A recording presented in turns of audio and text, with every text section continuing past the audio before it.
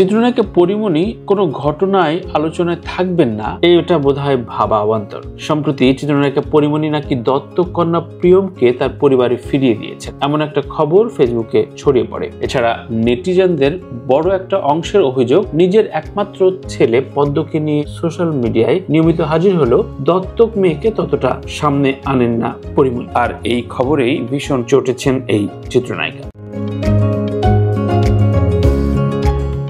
নিজের verified Facebook পেজে লম্বা এক পোস্টের মাধ্যমে সেই ক্ষোভ প্রকাশ করেছেন সম্প্রতি। ছেলে ও মেয়েকে খাওয়ানোর একটা ভিডিও শেয়ার করে পরিমণি জানিয়ে দেন, ব্যক্তিগত জীবনে অতি উৎসাহী মানুষের নাক গলানো তিনি সহ্য করবেন না। পোস্টে তিনি আরো লেখেন, কিছুদিন ধরে খেয়াল করলাম কিছু অবাঞ্ছিত মানুষ আমার মেয়েকে নিয়ে খুব চিন্তিত। রীতিমতো পোস্ট করছে আমাকে ট্যাগ করে, কমেন্ট করছে আমার পোস্টে যে আপনার দত্তক মেয়েকে তো দেখি না, আর কই সেই দত্তক মেয়ে, এরকম নানান ধরনের কথা। ভাই, প্রথমত মেয়েটা আমার, কথায় কথায় দত্তক দত্তক বলে এদের কি মজা লাগে আমি সত্যি বুঝি না। পরিমণি আরো বলেন, আমি এটাও খেয়াল করেছি আমার মেয়ের ছবি বা ভিডিও দিলেই কিছু মাথামোটা লোক যেন কন্টেন্ট পেয়ে যায়, দত্তক শব্দটা দিয়ে একটা ক্যাপশন দেয়, আর ভিউ ব্যবসা তো রয়েছেই। আমার মেয়ে কোনো বিজনেস এলিমেন্ট না, এটা একদম ভালো মতো বুঝে নেন এখন থেকে। আমার ইচ্ছে হলে বাচ্চাদের ছবি দিব, ইচ্ছে হলে দিব না, এই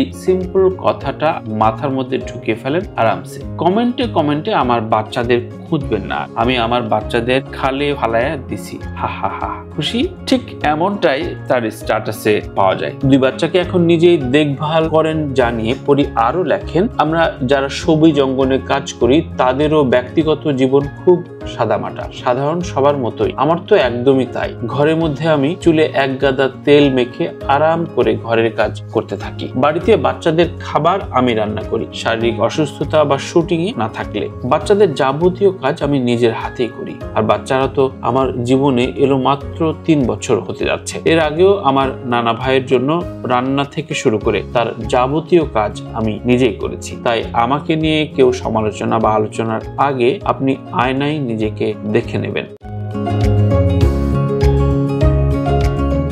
প্রিয় দর্শক, পরীর এই রাগ, এই ক্ষোভ এবং দত্তক বলে যে হিউমিলেট করা, এটিও নিশ্চয়ই সঙ্গত নয়। আর সে কারণেই তার ক্ষোভ প্রকাশটাও খুবই প্রাসঙ্গিক। আপনারা কি মনে করেন? কমেন্টে লিখে জানাবেন।